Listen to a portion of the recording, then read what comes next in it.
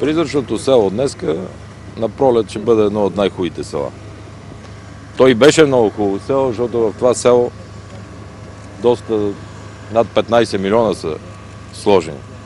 И кмета може да го потвърди. 85 км между всички села нов асфалт е положен.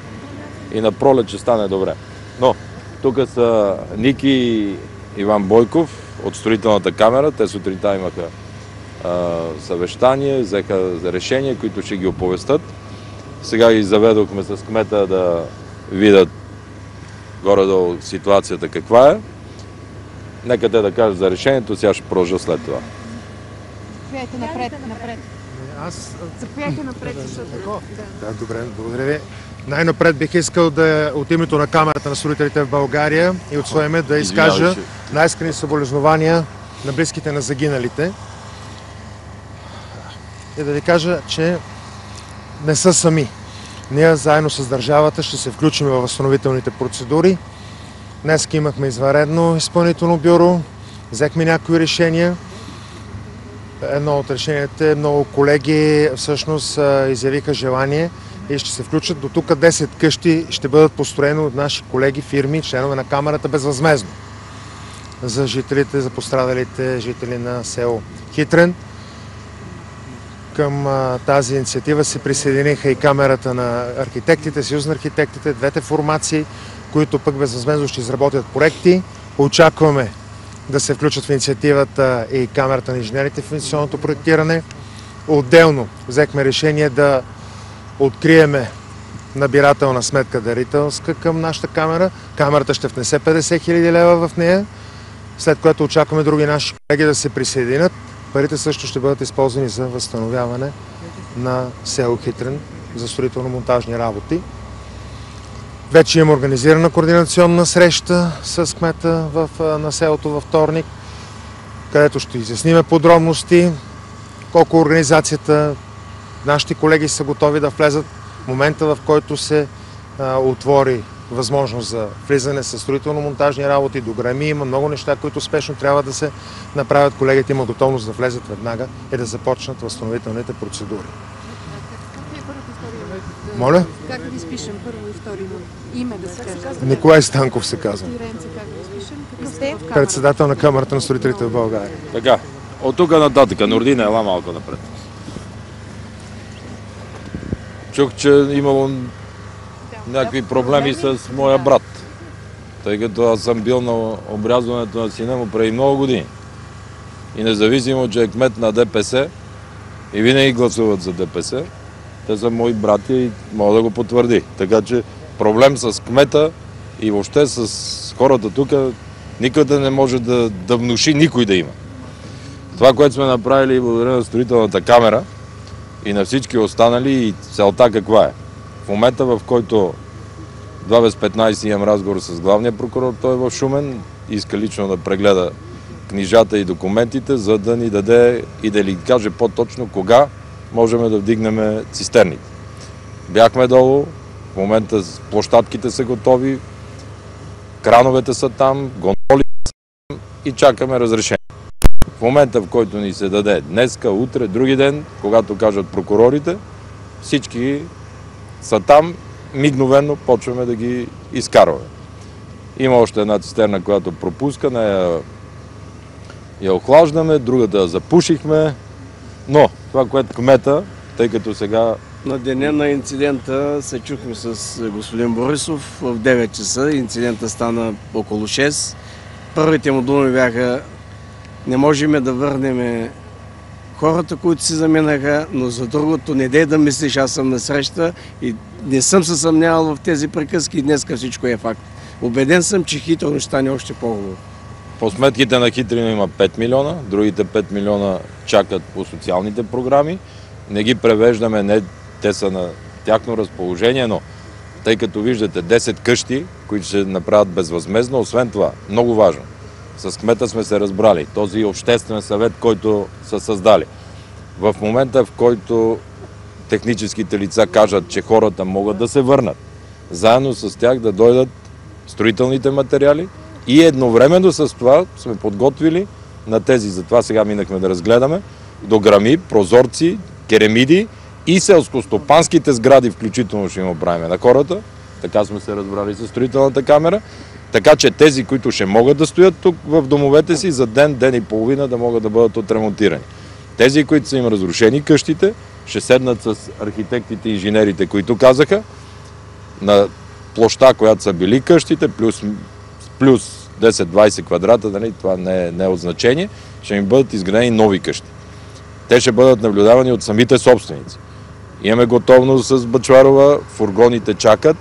Ако пожелаят хората да са си до имота, ще им сложим фургона до имота. Ако искат на площадка, подготвили сме и площадка.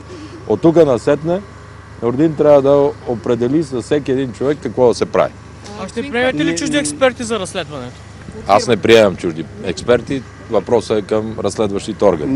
Ние сега след малко с господин как в тази преградка, как да не съм доволен?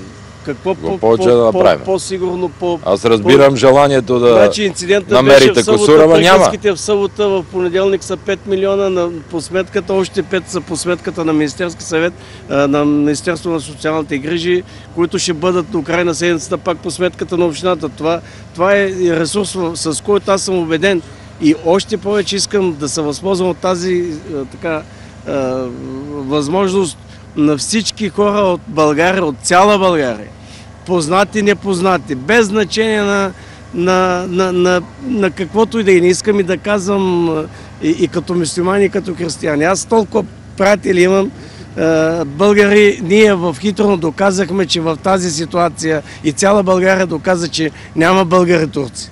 Ние тук заедно с вас, повечето от вас на този площад сме плакали заедно. Имате ли яснота кога хората ще могат да се приберат? В момента, в който кажат прокурорите, ако пресираме тази не искат, след това в съдебния процес ще им паднат разследванията. Ще кажете, че някой го е прикрил. Просто чакаме, кажат ли ни кранове, гондоли, ако искате ще ви ги снимам да ви ги покажа. Всичко е на место, чака разпореждане. Не можем да нарушиме процеса. И само да кажа, снощи някой от вас на коя телевизия беше, не знам.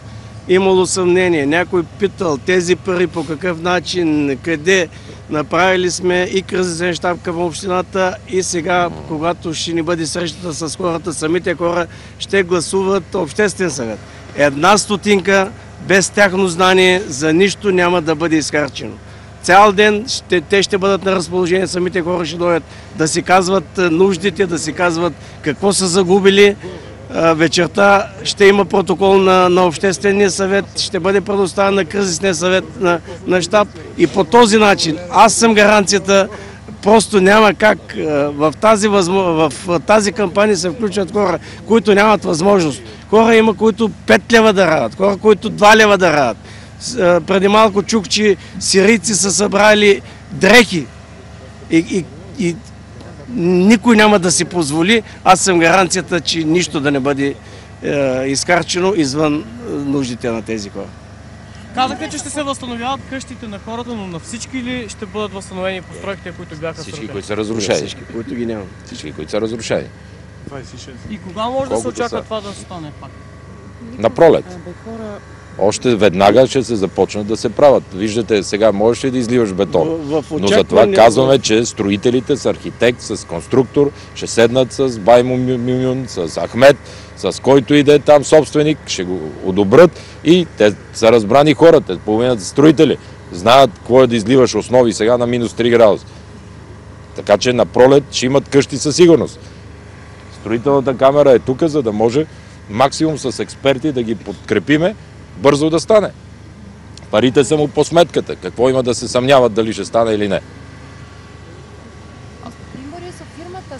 Нека някои неща да оставим на времето. Предполагам, че и те ще поемат. Има и застраховани сгради. Всичко това към прокурора. Те водят разследването.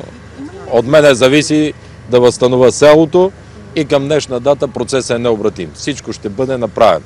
Включително на Кралев съм му разпоредил да подготви и стадиончето, което е изгоряло, така че в момента, в който се върнат хората, да им го направим пак. И парка, и затворници сме подготвили, проверени с надзиратели, които веднага да вкараме в разчистването на основните улици. Въпросът е само да кажат дигайте цистерните и да мине безаварийно. Така че момчетата, които са участвали и всички от пожарната, полицията, да не пропусна някой, на госпожа Бъчварова съм ви разпоредил, подготвят списъци началниците, ще бъдат наградени, включително на всички ще се даде и парична награда, така